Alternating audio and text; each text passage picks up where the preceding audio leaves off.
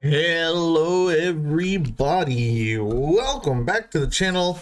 It is that time again. We are chasing subs. It's the beginning of the year, so it's tier list time. Everybody knows how this works.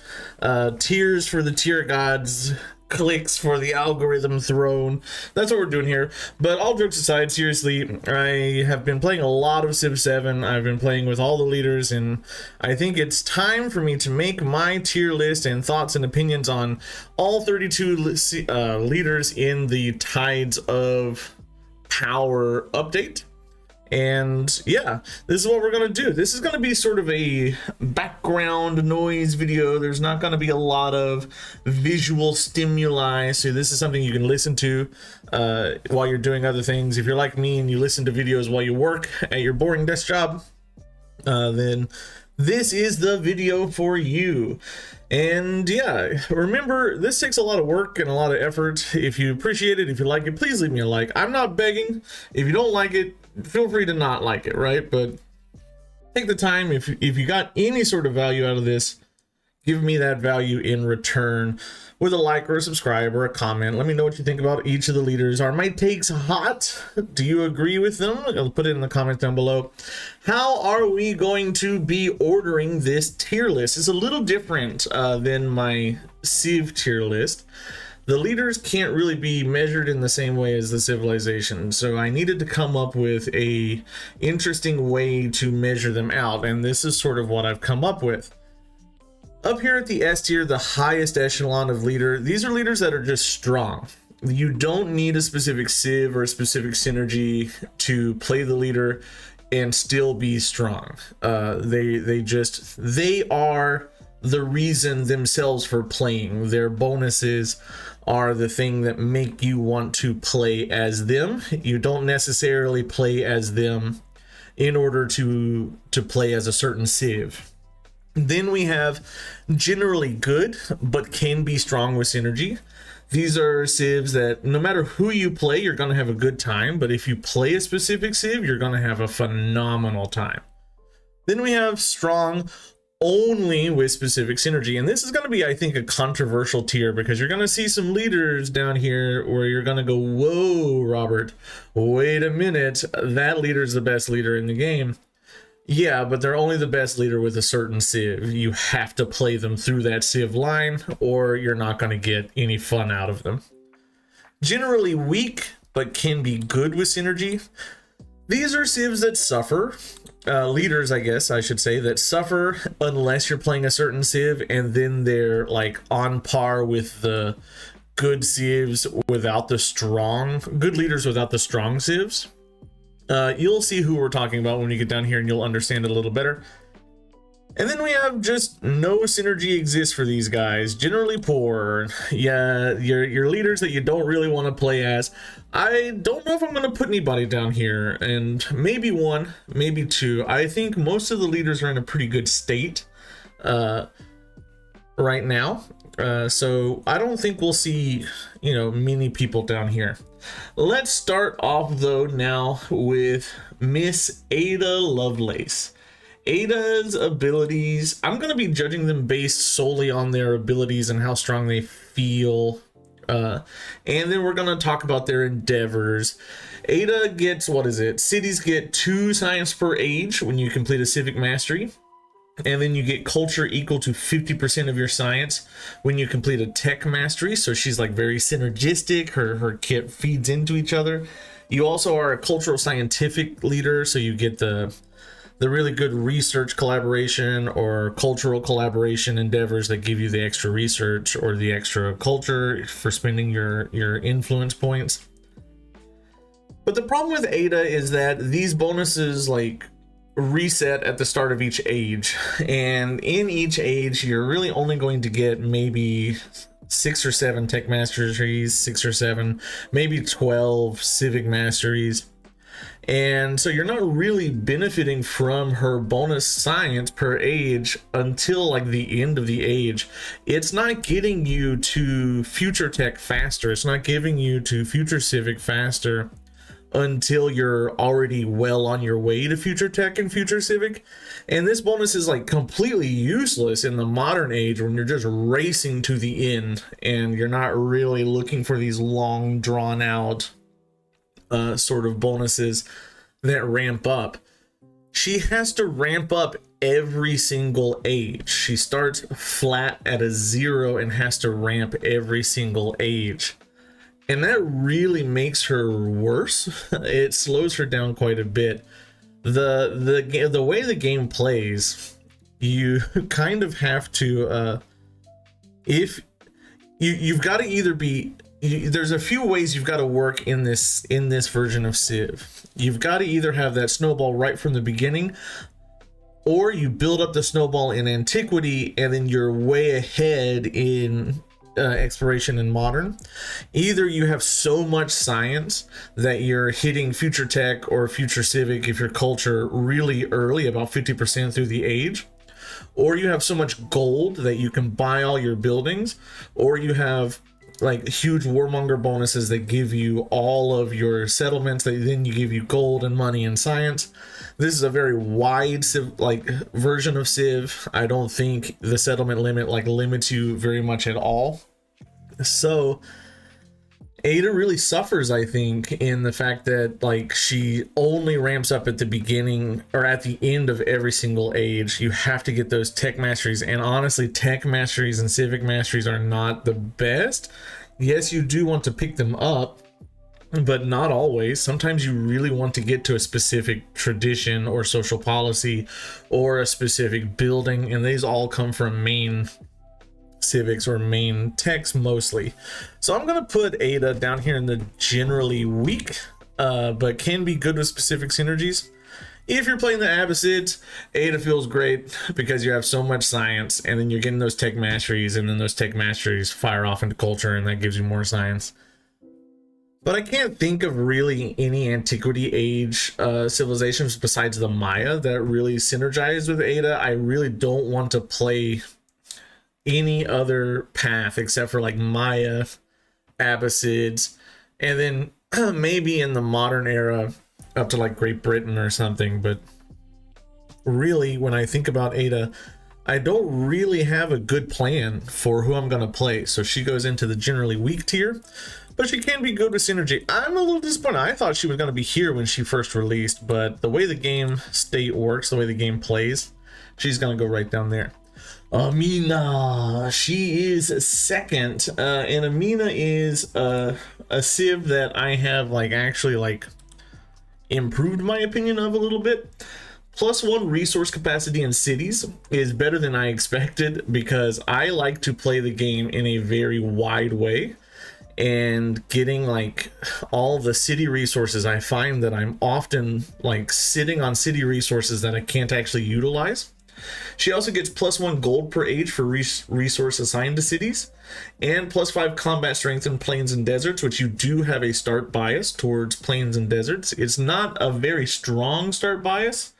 It is a medium start bias, but you do have that. You also have the economic endeavor for the extra gold and the militaristic endeavor for the extra combat strength, which synergize with your kit very well because you want to be taking cities. Amina wants to go wide, big land empire, and then slotting resources into your cities.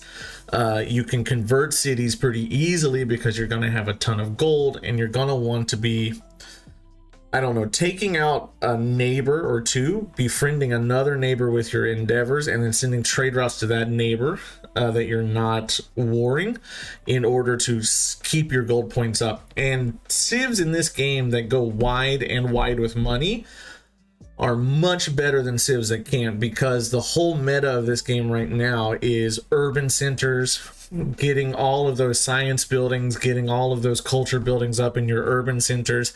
The settlement cap might as well not exist anymore. It doesn't do anything to slow you down because you can buy, you know, happiness buildings in your towns. You have resort towns that give you extra happiness. In exploration, you have the temple towns that give you extra happiness. And then by the time you get to modern, you're going to have so many factory resources that give you happiness and various things that your settlement cap, who cares about it anymore? If you compare like Amina to Ada, Amina fares pretty positively, but I think you do have to play sort of a militaristic city or civ. You have to play sort of an economic civ. Things like Aksum, things like Achaemenid Persia are some of the things I'm thinking about in antiquity era. So I'm actually going to put Amina in the generally good. She can be strong with synergy. You know, that feels pretty high for her. We might put her in, no, she's not weak. She's going to be generally good. I can play as Amina with almost everybody except for like the Kamai. And she'll be fine. She just needs to be aggressive. And what you'll see is there's a lot of tendency for aggressive civs to pop up into the top place here. And you'll see sort of that happen. We move on now into Ashoka World Renouncer. Ashoka World Renouncer gets food in all of his cities for every extra happiness. Plus 1 food for every 5. And it's pretty easy to get like 20 to 25 excess happiness in your city in antiquity. And then that ramps up throughout the game. Later you go into exploration and modern, then you can get a lot of happiness ramped up into your city with social policies. Depending on who if you played as Moria, you'll end up with even more. And then during like celebration, you get 10% food in all of your cities, and you're already focusing on happiness, so that celebrations are going to happen like a lot. And then your buildings also get happiness adjacencies for like being next to rural improvements, things like mines, things like farms, things like Hallwild, things like the city-state step pyramids, things like those things, the fairgrounds. You get a lot of stuff just from having that. You're also a Diplo expansionist, which means you get food from your endeavors and you get happiness from your endeavors, and your kit like just super very well works together to get you a lot of growth. And that growth is going to get you more production or more food, or it's going to get you more rural tiles for you to put down your Great Wall segments, or more rural tiles for you to put down your city-state step pyramids or emporiums or whatever you get from the city-states. If you're playing as Aksum, you can put down those great Hallwilt. If you're playing, you know, later in the exploration era and you're playing as like Hawaii, you can put down those farms. So like food doesn't win you the game immediately by itself. It's not advancing to the tech tree. Population doesn't affect you as much in this game as it does in previous games. But Ashoka World Renouncer just has so much food that it really affects a lot. So I think Ashoka World Renouncer is better than a lot of people give him credit for, because just having that ability to have a lot of specialists down is pretty good. Having that ability to have a lot of rural improvements, especially right now in this meta, is pretty good. The more rural tiles you have in your towns, the better off you're going to be. But Ashoka only really affects cities, but you do get the 10% food in all settlements during your celebration, so that kind of offsets it. I think Ashoka World Renouncer is actually pretty strong. But I don't think he's up here in the no synergy required. I think he's near the top of the generally good category. I think he's better than Amina for sure. You know what? I might actually move Amina down.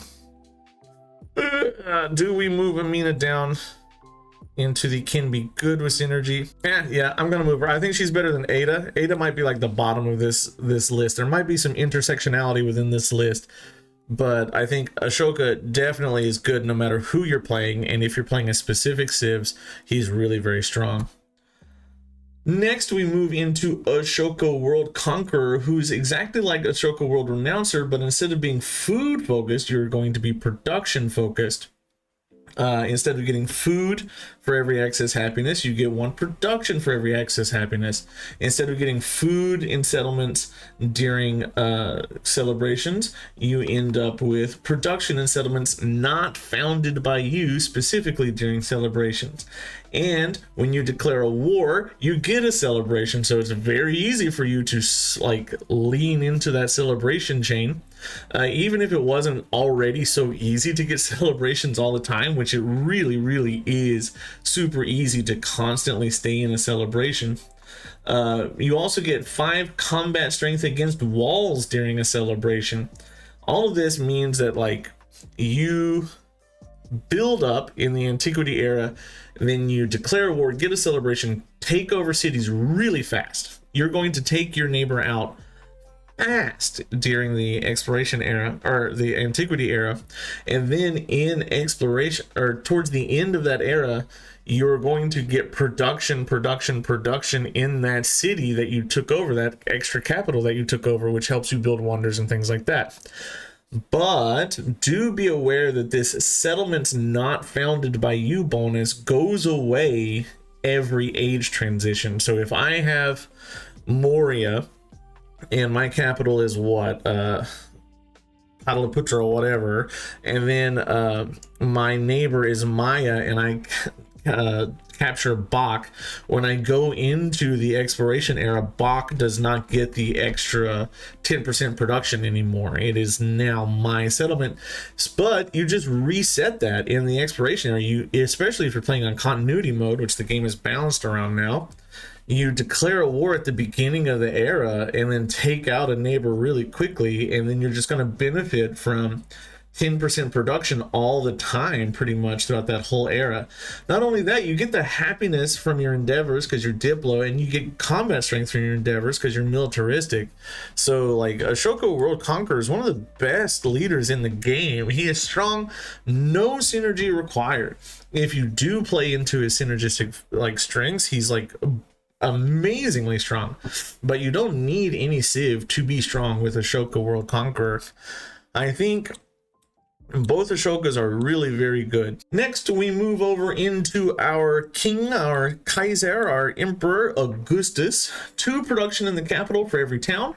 You can purchase culture buildings in all towns, and you get an extra 50% discount towards purchasing buildings in towns. Now, when we think about the modern Civ meta, which is going big, fat, wide, okay, you're getting fat. You're getting a lot of cities. You're converting those cities into urban centers, and then you're purchasing all of your basic buildings in, or not cities, settlements. You're purchasing all your basic buildings in those settlements.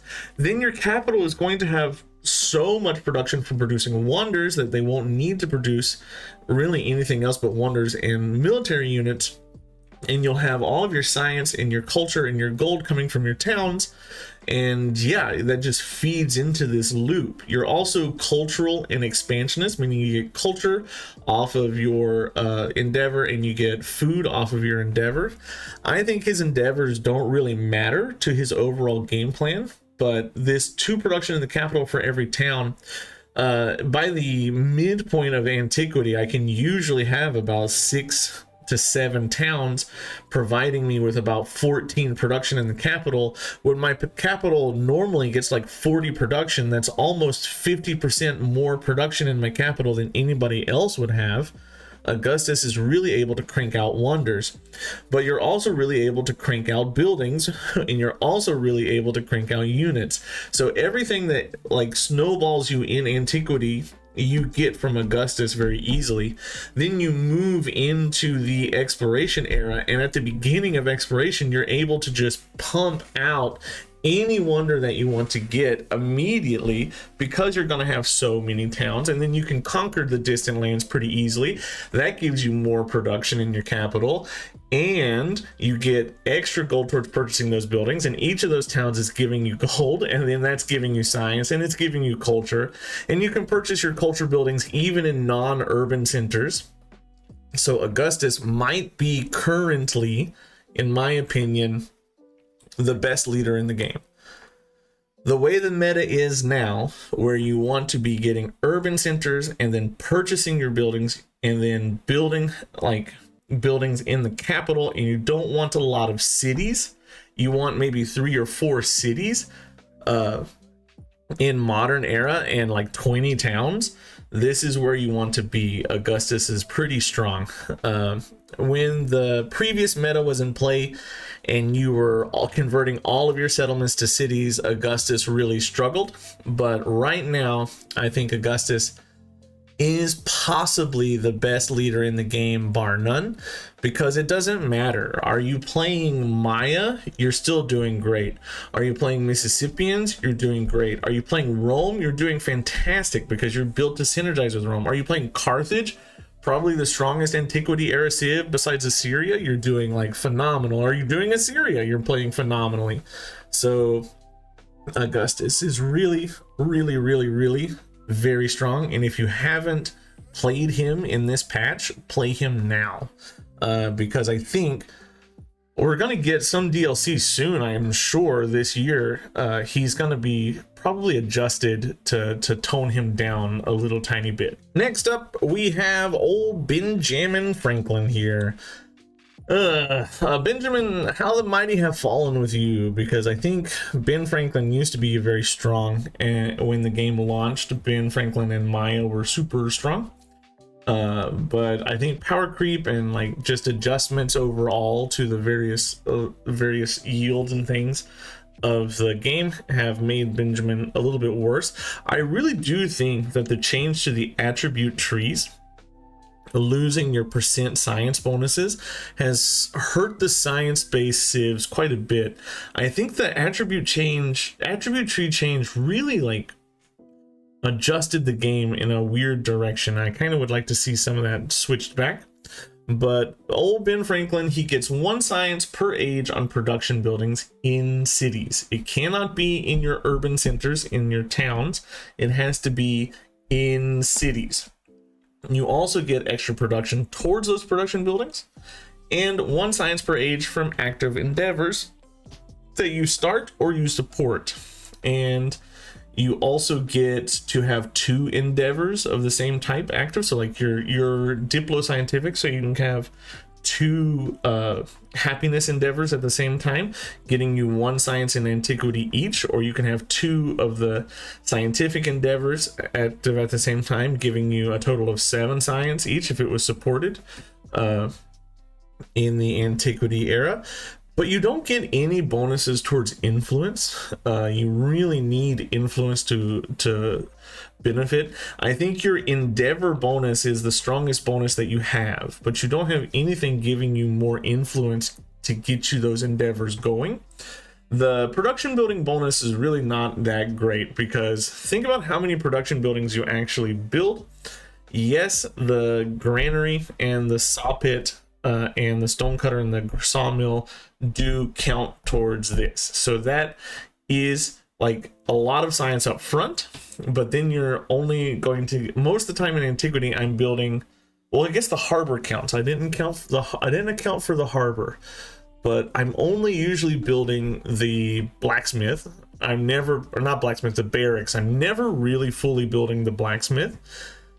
So I might have 1, 2, 3, 4 extra science from my bonus per city in antiquity. So I might have maybe 2 cities in antiquity, so I'm getting 8 science from the production building bonus. And I'm not going to build a harbor in every one of them. What if I start landlocked, right? So it's not as strong as I think you think it might be.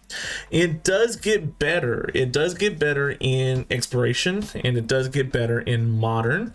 And you do ramp up, but Ben Franklin ramps up very slowly, I think. And you need influence-based civs to help you get towards that tech, that extra science from your endeavors. But what is this science really getting you? You don't have any combat bonuses. You don't have like any real production bonuses. You're just encouraged to get production buildings. You don't have any culture bonuses giving you extra civics. You don't have any happiness bonuses giving you extra celebrations. You don't have specialist bonuses. You don't have food bonuses. You just have a science bonus. And that's going to get you to future tech, but not as fast as you might think it will. In antiquity, you're very slow. In exploration and in modern, you get pretty quick. But I don't find that Ben Franklin is really benefiting that much from this.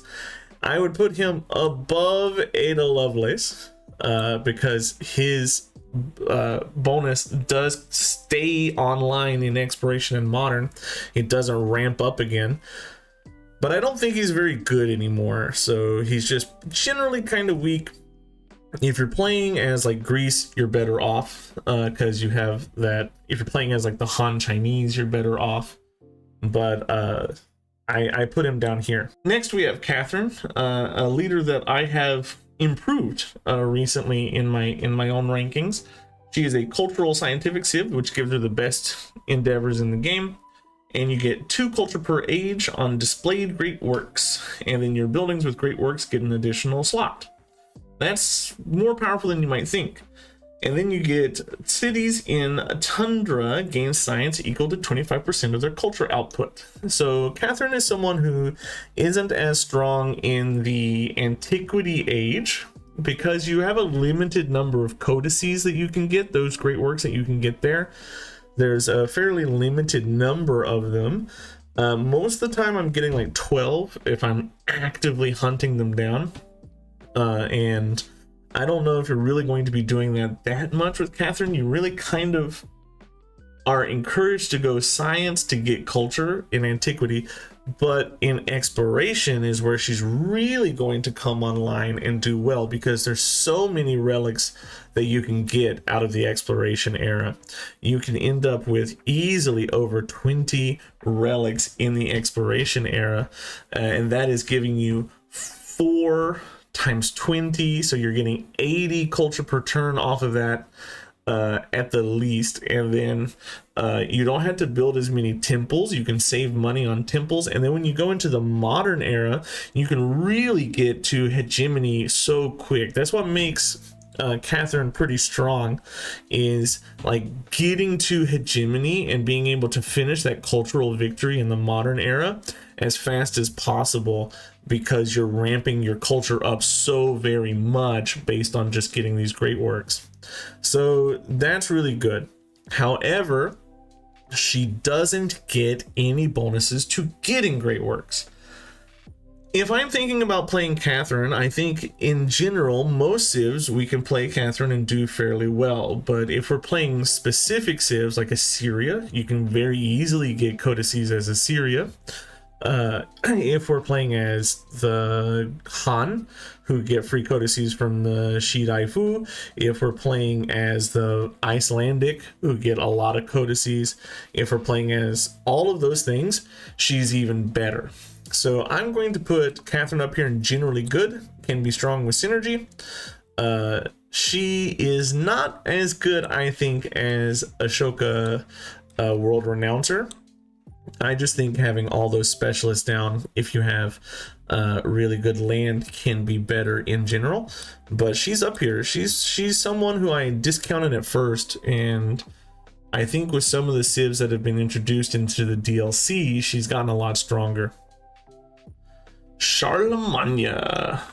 Min force is über. Charlemagne is pretty good. Military and science buildings receive happiness from quarters, and you get 2 cav units when you enter a celebration, and you get +5 combat strength for cav units during a celebration. Cavalry is generally the best unit in the game right now. They're very, very strong, and a lot of antiquity civs have unique cavalry units. Think about Carthage, think about Assyria, the Kamai, even maybe the worst antiquity civ has a unique cav. The elephant, the Moria get the elephant, and even if you're not playing as them, you get strong cav anyway, because cav are really, really good.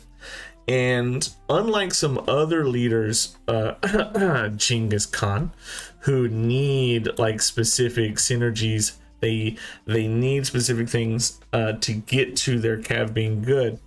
Charlemagne just gets free cav for doing things that you would want to do anyway. You want to have celebrations, you want to have happiness, and Charlemagne gets horses for happiness, which is really very strong. You don't need any synergy to be good with Charlemagne.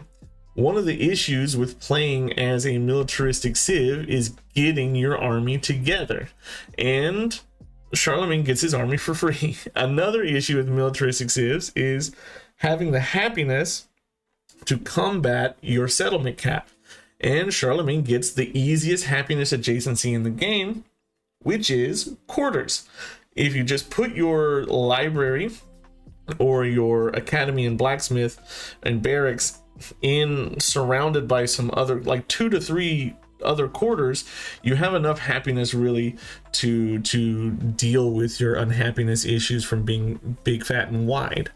So Charlemagne's very strong. I would say he's stronger than world renouncing Ashoka. Ashoka doesn't get any bonuses to building his army.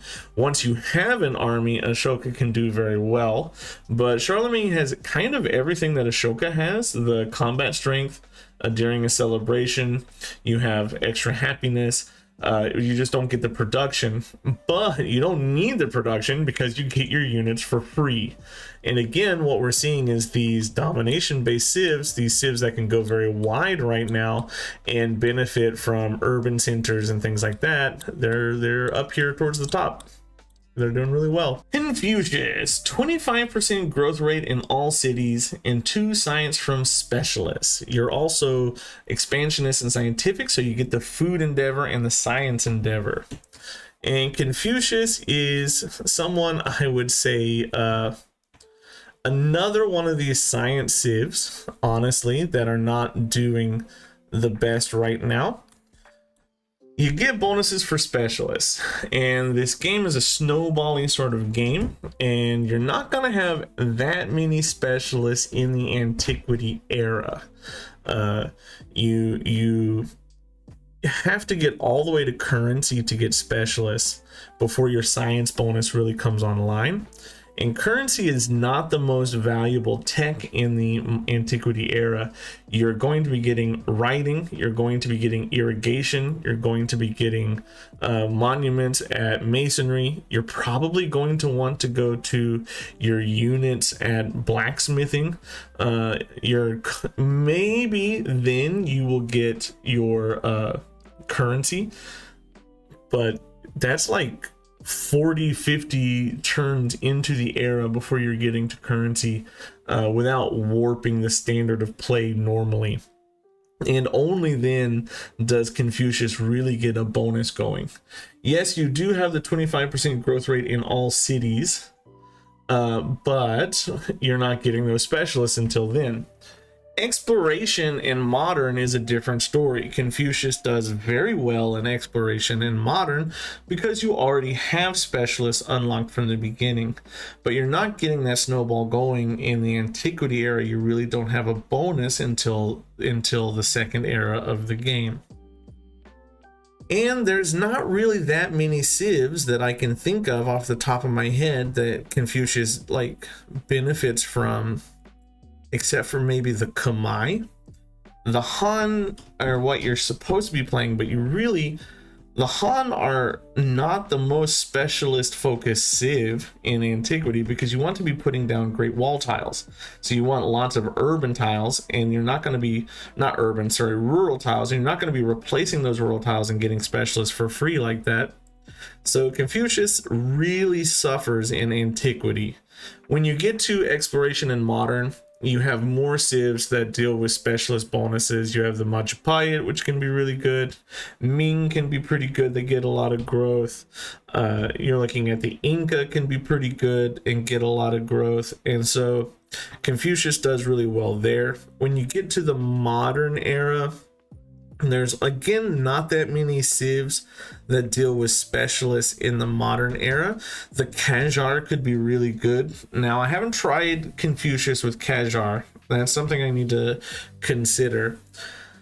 But Confucius is another one who lingers down here and generally weak and can be good with synergy. I don't have anybody that I can think of off the top of my head that is like busted with Confucius. Whenever I choose Confucius, I feel like I'm always sort of like struggling to get to par, and I'm never like far surpassing par with Confucius, which is a shame because I really like the idea of the specialist bonus. But honestly, I really think it should be like 1 science per age or 2 science per age from specialists. Specialists kind of fallen off with urban town meta, so it's a little different. It's changed. We now move on to Blackbeard. Blackbeard, a very strange leader.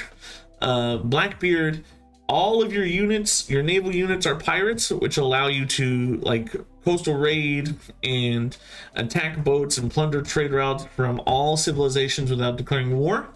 You also get gold for beating units, naval units, and those naval units become your naval units.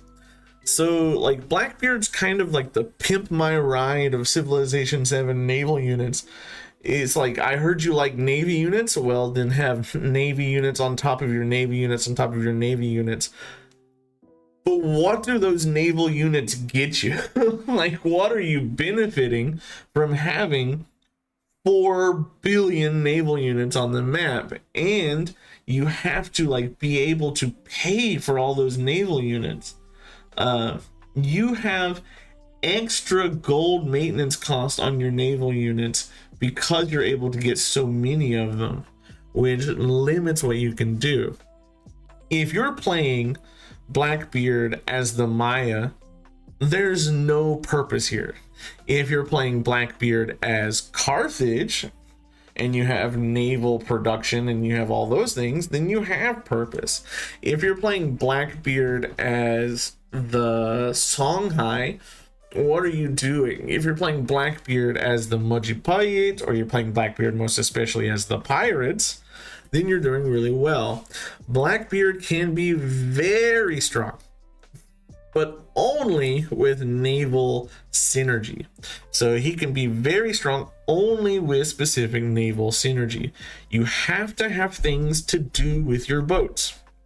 You have to have maintenance cost reduction with your boats. You have to have extra attacks as the Machiavelli or the Chola. Who gets it? It's the Chola. You have to have extra attacks as the Chola with your boats. You have to have, I don't know, extra range before they took that away from Carthage with your boats. You need Axum to turn those boats that you're stealing into trade routes. You could use the Icelandic to get the Vikings to coastal raid and get better. No, because you can't turn boats captured into Vikinger. So I don't know, you just need some sort of naval synergy, and if you have even a sprinkling of naval synergy, he can be very good, but you have to have it. If you don't have it, it's like not having a leader at all. Let's talk about Freddy. We'll start with Baroque Freddy. Baroque Freddy used to be kind of like the worst leader in the game, but I think Baroque Freddy has really had like a glow up here.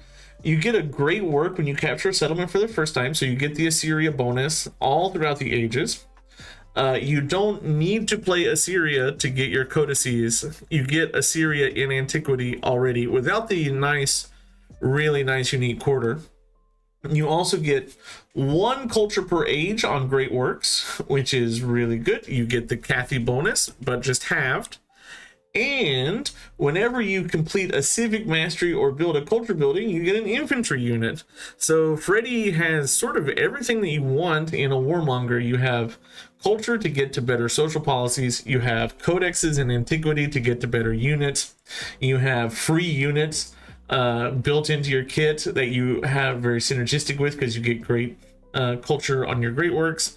So Freddy is really very strong, but he doesn't have anything to kickstart his domination. He doesn't have anything to really like start his domination off the most powerfully.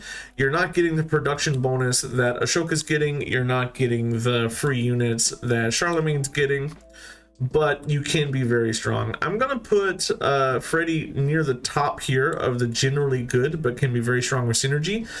Persia is really good with Freddy because you get so many free immortals, and immortals are really good. I also think that Rome can be very good with Freddy because legions are so very good and they have so much production built into their kit. And then no matter who you're playing in the antiquity, if you played antiquity well, you're going to be really good moving into like Mongolia. Ooh, Mongolia is so good with him. Even though you're getting infantry units and you don't care about infantry units, you're going to get so much culture off of Mongolia. The Normans are really good with Freddy in exploration, all leading up to Prussia in modern, which is the creme de la creme of domination civs in the modern era.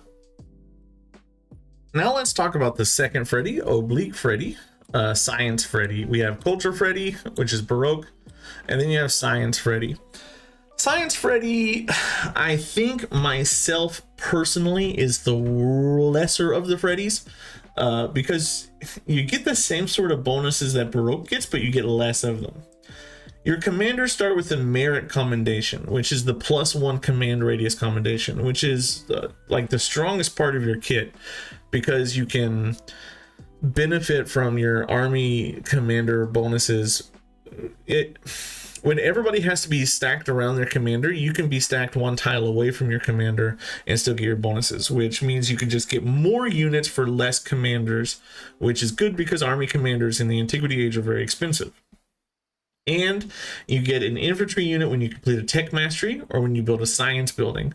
And with urban centers being in the game now, it's easier to get science buildings. But again, in antiquity, tech masteries aren't very good. And we have to consider civs, our leaders, I mean, like from antiquity first. You have to be good in antiquity to get that ball rolling to be very strong. And Baroque or Oblique Freddy is not as good in antiquity as Baroque Freddy is, because Baroque Freddy also gets the free great works. He can be good. I am not saying in any way that Freddy Oblique is bad. You can play him as any civ really and get the bonuses, because all civs can research tech masteries. All civs can do well with infantry units. But if we're playing as like Achaemenid Persia, why would I play Oblique Freddy over Baroque Freddy? If I'm playing as Rome, why would I play Oblique Freddy over Baroque Freddy?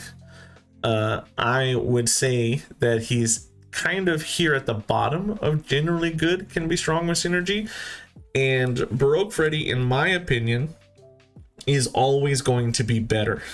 This might just be how I play though, because I tend to play more culturally than scientific. You can see all the science civs right down here, sitting down here in the weak tier. They're not trash. There is synergy that exists with these guys, but I find that the best game I play as Confucius is always worse than the worst game I play as like Augustus, right?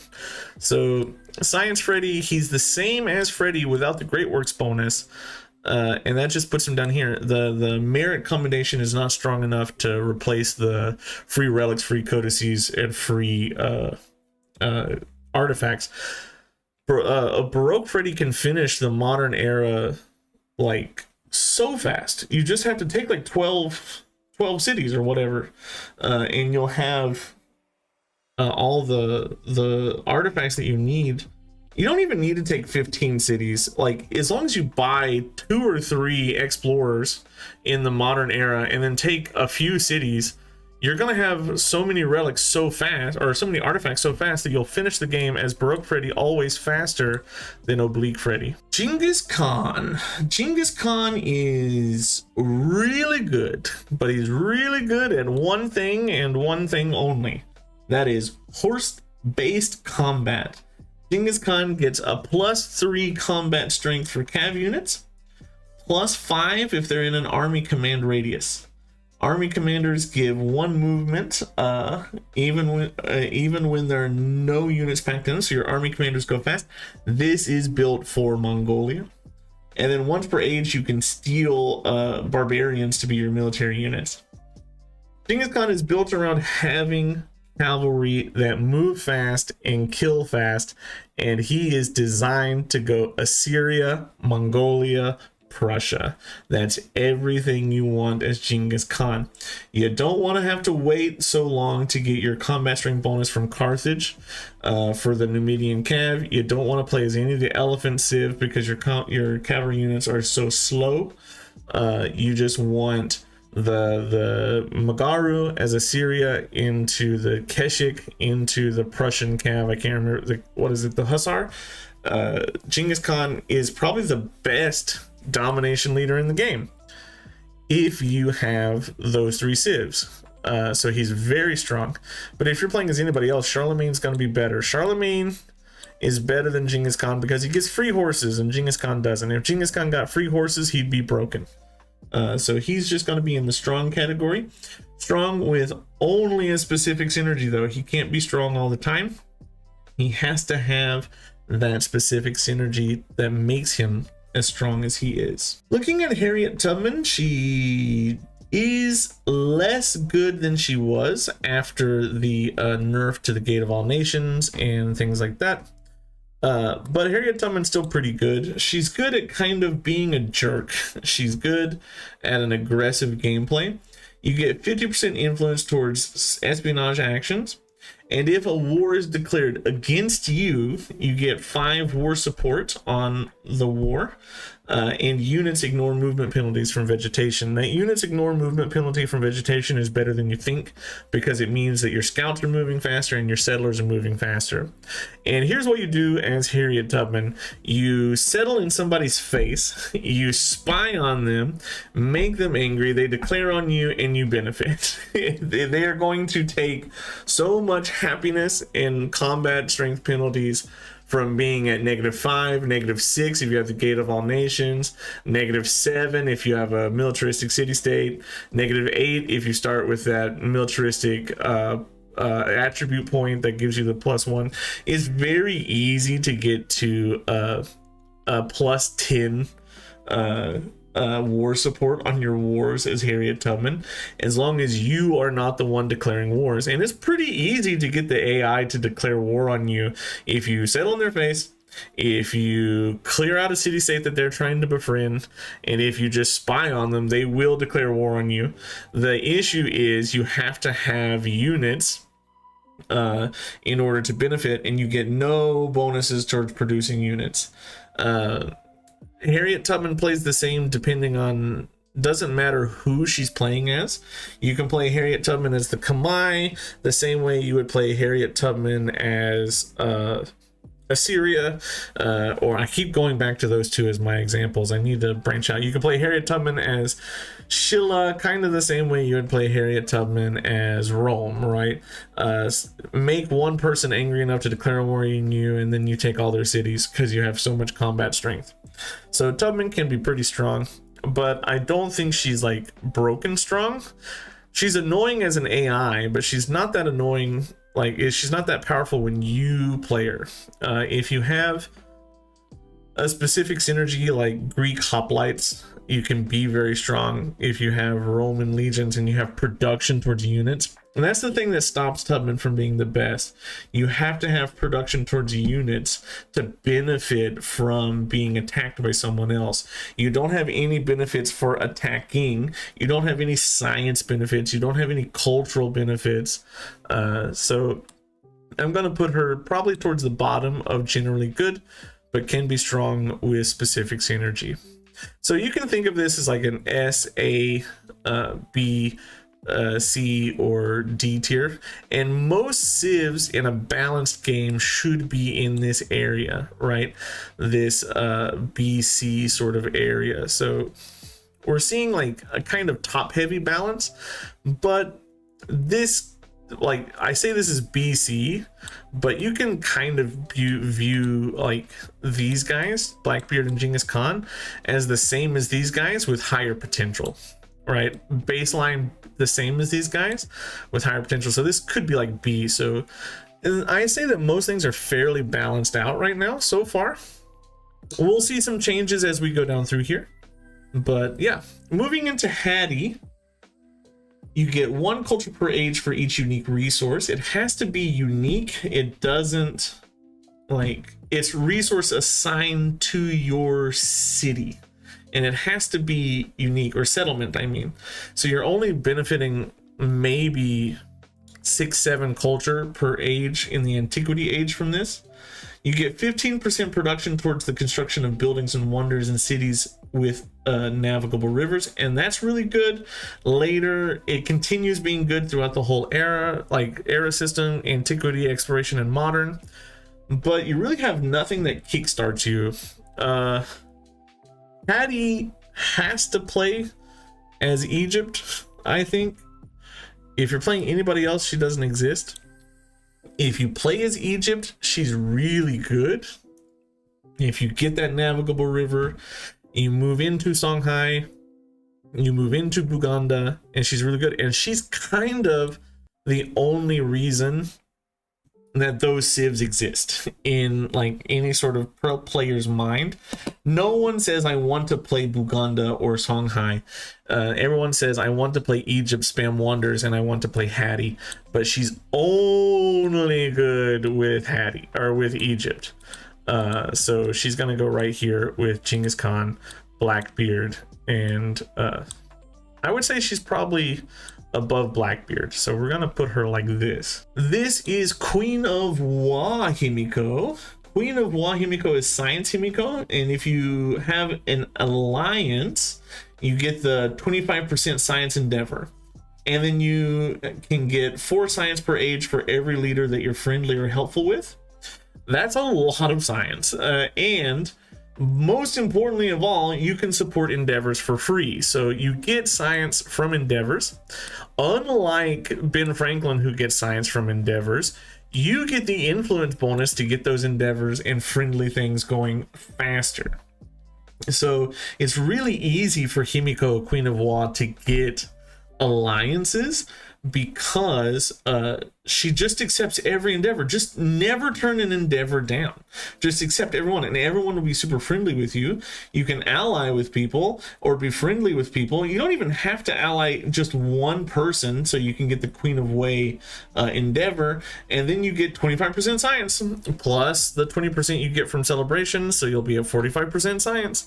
And so she is generally very good. I would put her probably at the top of this generally very good tier, maybe below Baroque Freddy.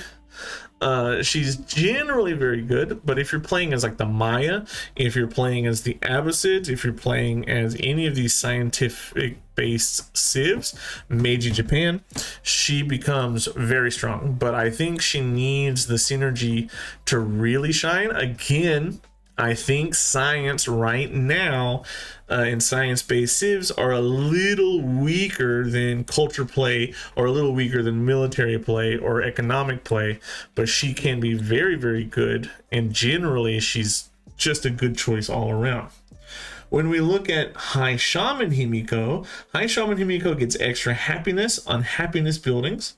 She gets extra happiness on diplomacy buildings. If it's both, she gets double that bonus.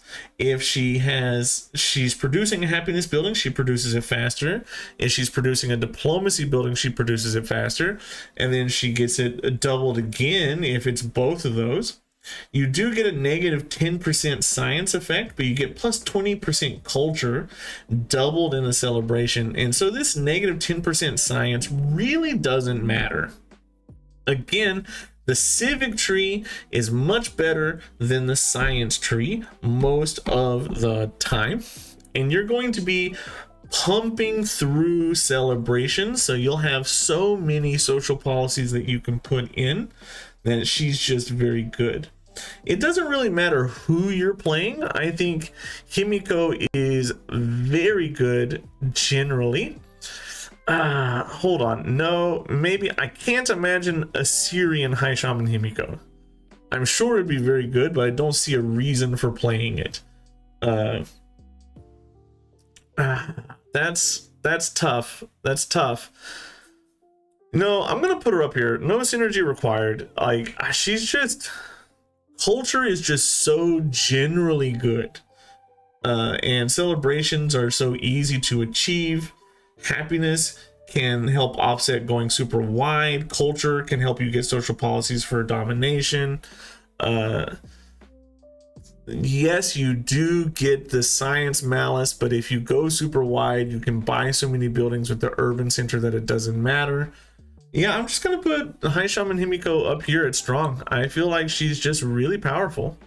She's really powerful, and usually, like, so when I play Civ 7, I kind of have like, oh, I want to play this Civ. I want to play as the Kamai. I'm gonna stop using it. I want to play as Shilla. Who am I going to play when I play as Shilla? Oh, maybe I'll play High Shaman Himiko. But whenever I think about Civ 7 and High Shaman Himiko in particular, I say like, oh, I want to play High Shaman Himiko. What Civ can I play? I usually go Civ first, then choose a leader. But High Shaman Himiko, I just give her, I choose her, and then I choose my Civ. And it doesn't really matter who I play. She's gonna be very good. Ibn Battuta, he has been really nerfed. I think Ibn was one of the top leaders in the game because you used to get so many attribute points from the attribute tree, but now those points matter way less than they used to. They've been nerfed so hard, the attribute trees, that his bonuses to getting multiple wildcard points every age doesn't matter. The extra sight on your scouts isn't all that good. And then the the unique trade map endeavor is also not that good. I would say he's at the bottom of generally weak and can be good with synergy, but also like what synergy? No, I'm gonna put him down here in generally poor. I don't think any synergy exists for him. I don't think he's really all that good at all. And the nerfs to the attribute tree really hurt him a lot. Actually, I'm going to remove Himiko down as well. We're going to put Himiko at the top of generally very good, can be strong with synergies. Isabella, she's the natural wonder queen. Every time you discover a natural wonder, you get 100 gold per age, up to 300, and that can be doubled in the distant lands. So that can be up to 600 if you discover one in the distant lands of modern age. Natural wonder yields are plus 50% increased for every natural wonder in your empire, which is maybe the strongest bonus on a leader in the game. She also gets cheaper naval units, purchasing, and maintenance, but who cares about that? I think Isabella goes right up here in strong. You are guaranteed to start with a natural wonder. You are hard-coded to start with a natural wonder really close to you. I think you've got like the highest coding besides Pachacuti for finding a natural wonder in your start. And natural wonders give you whatever you want. It doesn't matter what Civ you're playing. Yeah, it doesn't matter if you're getting happiness, culture, or science, or influence, or production, or gold off of a natural wonder, and she'll always be strong as long as natural wonders are strong. And what makes her different from her Civ 5 counterpart is you're guaranteed a natural wonder. You get...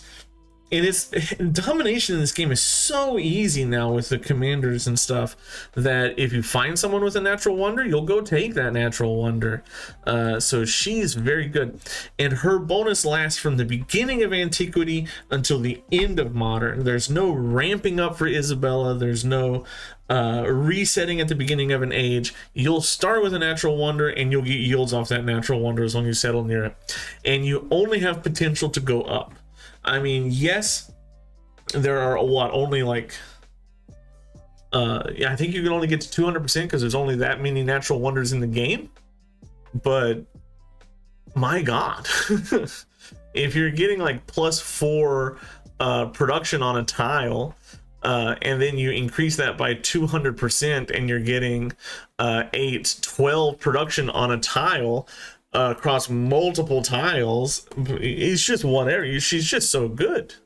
She's just so good.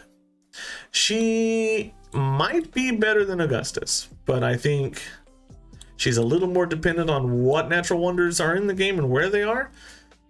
And Augustus is just better off just all around, but she's super strong. We're going to keep her up there. Jose Rizal. Jose Rizal, you're just all about narrative events, and you kind of get a little bit of culture, a little bit of gold, a little bit of influence. You get 20 culture, gold, and influence per age from narrative events, and that doesn't really matter. It matters more in antiquity, because 20 culture goes a long way in antiquity. But it's really like you don't control this bonus at all. When will you get that narrative event? Is it when you need 20 culture to finish off a civic? Maybe. Is it when you need 20 influence to persuade a city-state? Maybe. Or maybe it's when you're already one turn away and you're making 60 culture per turn, and then you get an extra 20. All right, that's cool. It's not the best. You also get increased celebration duration by 50%, and that's a detriment, because it means you're actually getting less social policies, because you get more social policies when you enter into a celebration. And Jose Rizal actually literally enters into less celebrations than other leaders, so you'll always have less social policies than other leaders. Jose, in my opinion, is the worst leader in the game. He goes right down here and generally poor, no synergy exists. I don't like playing him. There's no reason to play him. It's a little sad. Turning that around, we get Lafayette, who actually ends up with so many social policies. You get the unique endeavor, which grants you an additional social policy, but it's very expensive. You get combat strength for every social policy, for every tradition, in your government, plus 1 culture and happiness per age in settlements, and that is doubled in distant lands. So he gets a whole slew of bonuses. The social policy slot endeavor, I think, is actually the weakest part of your kit. You're almost never really going to be using that. The strongest part of Lafayette's kit is the combat strength for traditions and the culture and happiness per age in settlements. You get combat strength to go wide, you get happiness to deal with the settlement cap issue, and you get culture to get social policies. It is really good. I think, in my opinion, this is going to be very controversial. Okay, very controversial. Lafayette's my favorite leader in the game. I think he is the strongest leader in the game.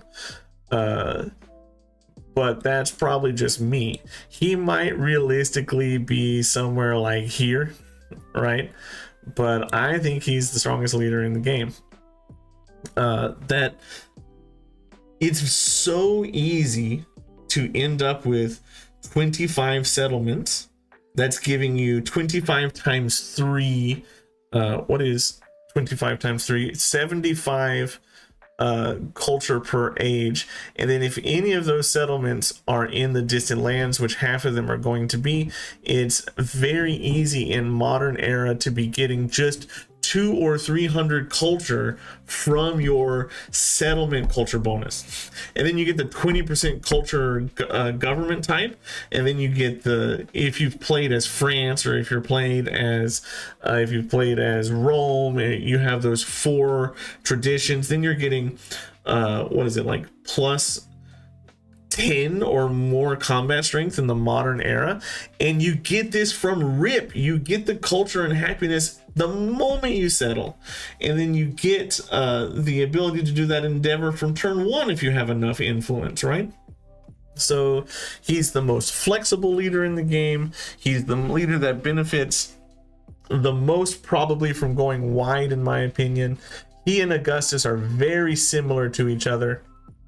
They're both very, very good. Lakshmibai Rani of Jhansi. She gets 50% influence towards initiating city-state incorporation. So that is not befriending them. That's slurping them up off the map. And when you do, you get all their units. And when you defeat a unit, you get influence equal to its combat strength. So you get the influence to befriend city-states. You get the influence to slurp the city-states up off of the map. And then you get a big army for doing so. Generally, she is very strong. Any civ you play is good with Lakshmibai. I think any civ you play, she makes work very well. But if you're playing like certain civs, if you're playing as Greece, if you're playing as the new Achaemenid Persians, if you're playing as, I don't know, Rome, Lakshmibai can be very powerful. But I don't think she has like a general baseline stat of just being generally pretty good all the time. I would rather play her than Ashoka, but I don't know if I would rather have her or these three. I think Freddy is the better domination leader. That's really hard because she's so good at domination, but like you do get free units, but you get free units, you're not in control of those units, and they tend to be wherever the city-states are on the map. You do end up with a lot of influence points to end up with war support, but Freddy, I think, is just, I would rather play Freddy. Yeah, I'll just put it this way, I'd rather play Freddy. Machiavelli, 3 influence per age, 50 gold per age when a diplomatic action is accepted, or 100 if it's rejected, and you can declare a formal war at allied and friendly. You can also levy units from city-states no matter if you are their suzerain. Machiavelli's not the best. He's okay. He can be good if you're playing Greece. He can be good if you're playing like Tonga and you have like the city-state bonuses. But there's never a moment whenever I'm saying like, wow, if I was playing Machiavelli, this would be fantastic. I'm always just sort of like, well, Machiavelli could do this. I would say Machiavelli's around here somewhere. I would put him probably below Amina, but above Confucius, and definitely above Ada and Ben Franklin. I just don't think he's very great. It's just okay. Just okay. Right there he goes. Moving into Napoleon, you get the Emperor Napoleon gets the complete and total rework, right? So you get cheaper sanctions that are unlocked from RIP. You have access to all the sanctions immediately. You get 5 culture and gold per age for each leader you have the sanction bonus on. And you get 1 combat strength for all land units for every sanction you have on. So you have cheaper sanctions, you get culture and gold for sanctioning, you get the culture and gold leads you to stronger policy slots. The culture and gold leads you to more units, and your units get stronger for every sanction that you have on. So you can get pretty big combat strength bonuses going. So I would say Napoleon's generally pretty good. I would put him below all of these leaders here. But with the rework, he went from like being down here at the bottom to being generally pretty good overall. I would say he's stronger in most situations. Like this is really, really unfair because Genghis Khan is better than him in every single way, but only at what he does. If you're playing random, you're gonna want Napoleon way more than Genghis Khan. If you have Napoleon of the Mississippians, it's way better than Genghis Khan of the Mississippians. But if you have Genghis Khan of the Assyrians, it's way better than Napoleon of the Assyrians. Well, not way better, but just a little bit better than Napoleon of the Assyrians. So you have to look at it, what I'm explaining in that way. Yes, Genghis Khan is going to be better at what he does than Napoleon does, but Napoleon does kind of everything compared to Genghis Khan. When we look at the other reworked Napoleon, this one's really interesting. You have Revolutionary Napoleon gets faster land units, and you get culture for defeating those land units. And whenever war is declared against you, like Tubman, whenever war is declared against you, you get a free army commander the first time. A free army commander full of infantry, cavalry, ranged, and siege units, even if you haven't teched for it. And that's a bigger boost than you might think. Whereas she has to build her units, you get those units for free. She gets the combat strength from war support, so she's very defensive a little bit, but you tick people off and then attack them. So he does kind of everything that Harriet does with a little less combat strength, but you get the free units, and the free units I think are really important. And then you end up with culture. She doesn't get any culture, so I think honestly I would rather have this Napoleon than all of these guys here. This Napoleon I think is actually pretty solid. He's pretty good, and I would put Emperor Napoleon below these 4 leaders as well. The free unit is just such a huge tempo spike, because usually in the antiquity age, one of the things that's holding you back is getting the siege units or the archers. And man, Napoleon just gets it for free, and you can have 2 army commanders so easily with Napoleon, or 3, because that second army commander is not that expensive. Moving down, we have Pachacuti. All buildings gain +1 food adjacency from mountains. Specialists adjacent to mountains cost no happiness, and most importantly, cities gain a bonus to production equal to 10% of that city's food output. I think Pachacuti is very strong. He's very strong up here in the strong no synergy required. It doesn't matter who you're playing as Pachacuti, you're gonna have food. You don't even have to have mountains for Pachacuti to be good. Just this one little sentence: the cities gain 10% production equal to 10% of your food, makes Pachacuti very strong. Production right now is gated by the amount of cities that you have.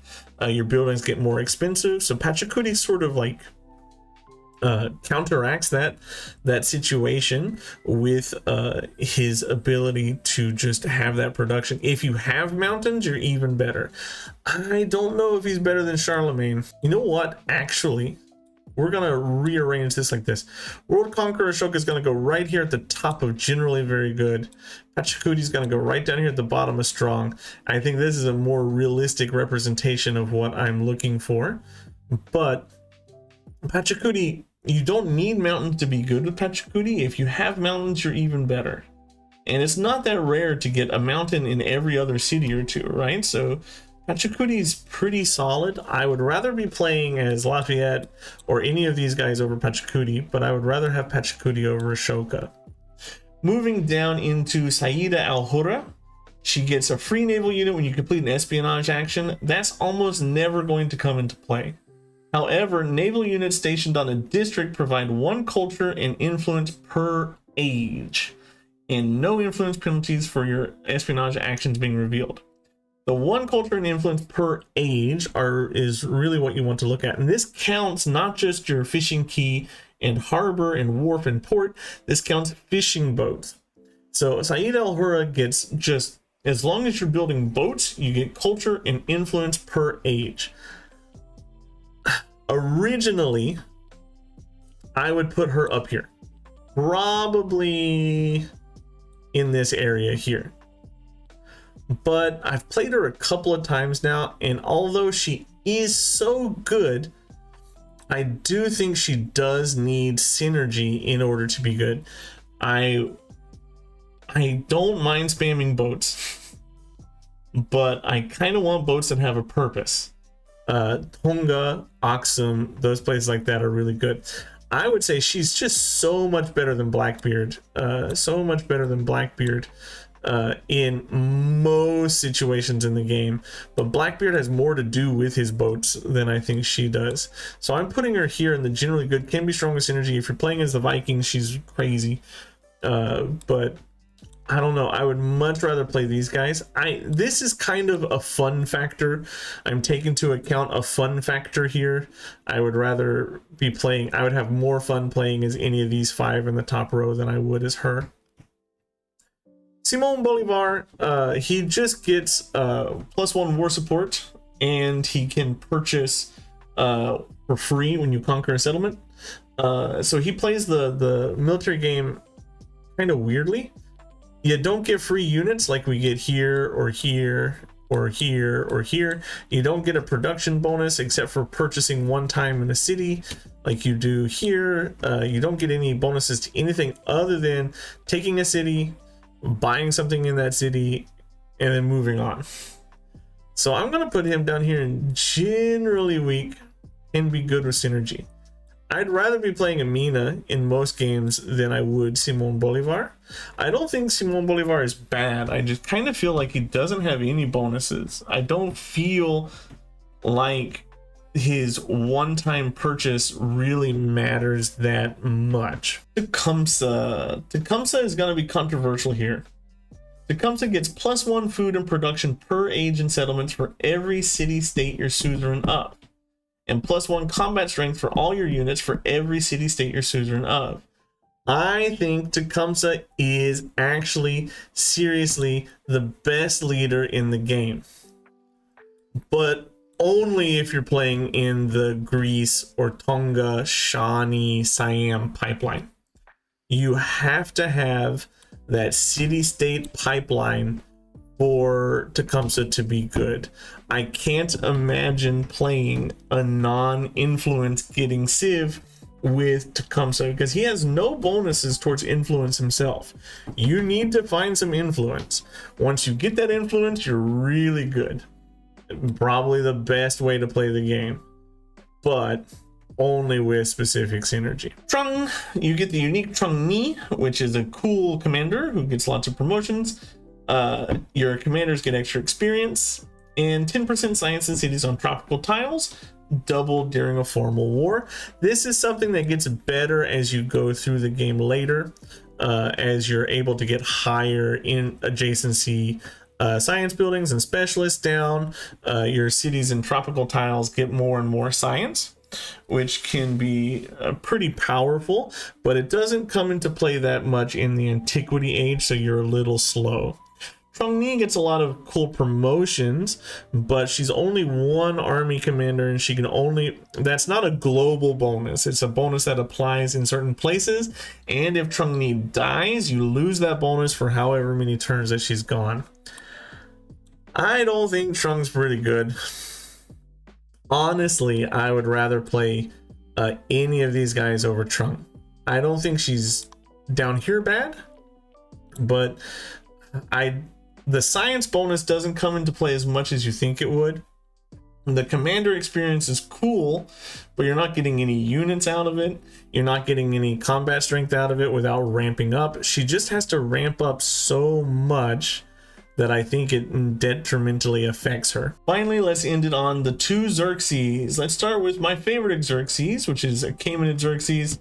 +1 trade route limit with all other leaders is pretty good. I like the trade gameplay. Like, even though I have Amina down here, I like Amina, right? I like this trade heavy gameplay. Plus 50 culture and 100 gold per age when you build a trade route is really good. +1 culture and gold per age on unique buildings is really good. Unique improvements is really good. So you get a lot of culture and you get a lot of gold, but that's all you get out of Achaemenid Xerxes. Just culture and gold. You don't get any like bonuses towards snowballing. You don't get bonuses.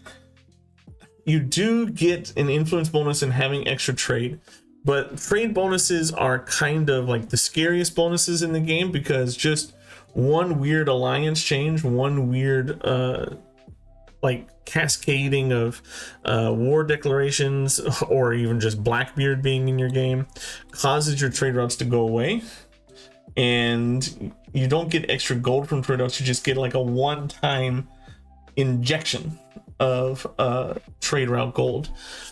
So although personally I love Achaemenid Xerxes, I think he's just in generally good, and he's probably, if we're being realistic, somewhere further down here in the generally good category, maybe even at the top of weak. That hurts, but I'm gonna put him here. I just think that these guys are all kind of just in every game better than Xerxes is. Achaemenid Xerxes at least. When we get to King of Kings Xerxes, we have a different story. You get extra combat strength when you're in neutral enemy territory. You get 100 culture and gold per age when you capture a settlement. You get 10% gold in all settlements. You get extra gold in settlements not founded by you. And you get 1 settlement limit per age, which allows you to fuel in that war. King of Kings Xerxes like plays this game very well. The benefiting from snowballing game. You can snowball, like 10% gold is a percent bonus, and if you have 25 settlements, you're getting 10% gold in all of them and 20% in a lot of them. If you compare that to having 25 settlements as Achaemenid Xerxes, what are you getting? You're not getting more merchants, right? So you're snowballing a lot harder because you have that one of the few percent bonuses in the game. And so I'm going to put King of Kings Xerxes down here at the bottom of strong, no synergy required. So when we look at our tier list here, we might see a few things that stand out to us right away. First and foremost, science-based civs, I think, are not doing very well right now.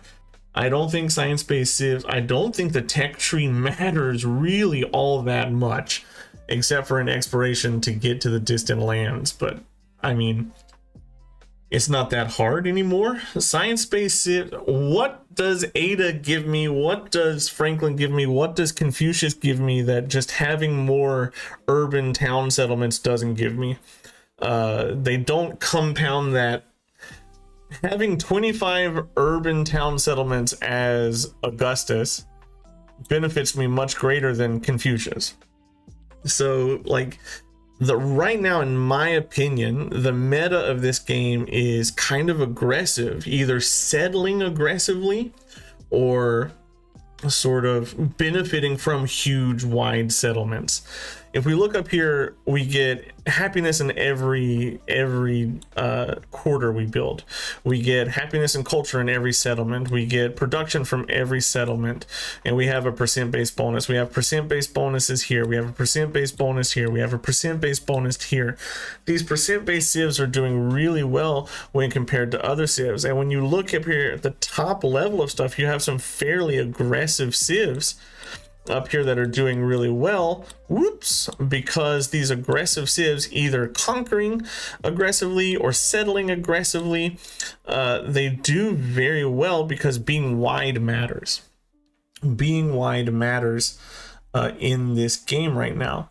And then the civ that I think is the strongest, like, benefits from having city-states, but city-states have been nerfed. Eventually Tecumseh will get his own round of nerfs, I think, but he's a DLC civ.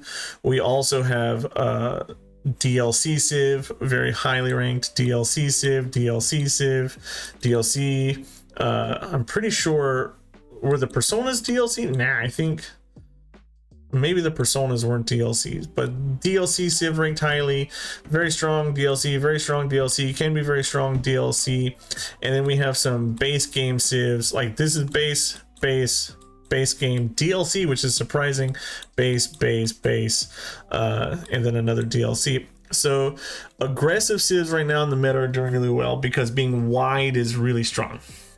Science-based civs matter a little less than culture-based civs. I think culture-based civs are doing a lot stronger because culture, the bonuses you get from social policies matter a lot more than the bonuses you get from tech masteries.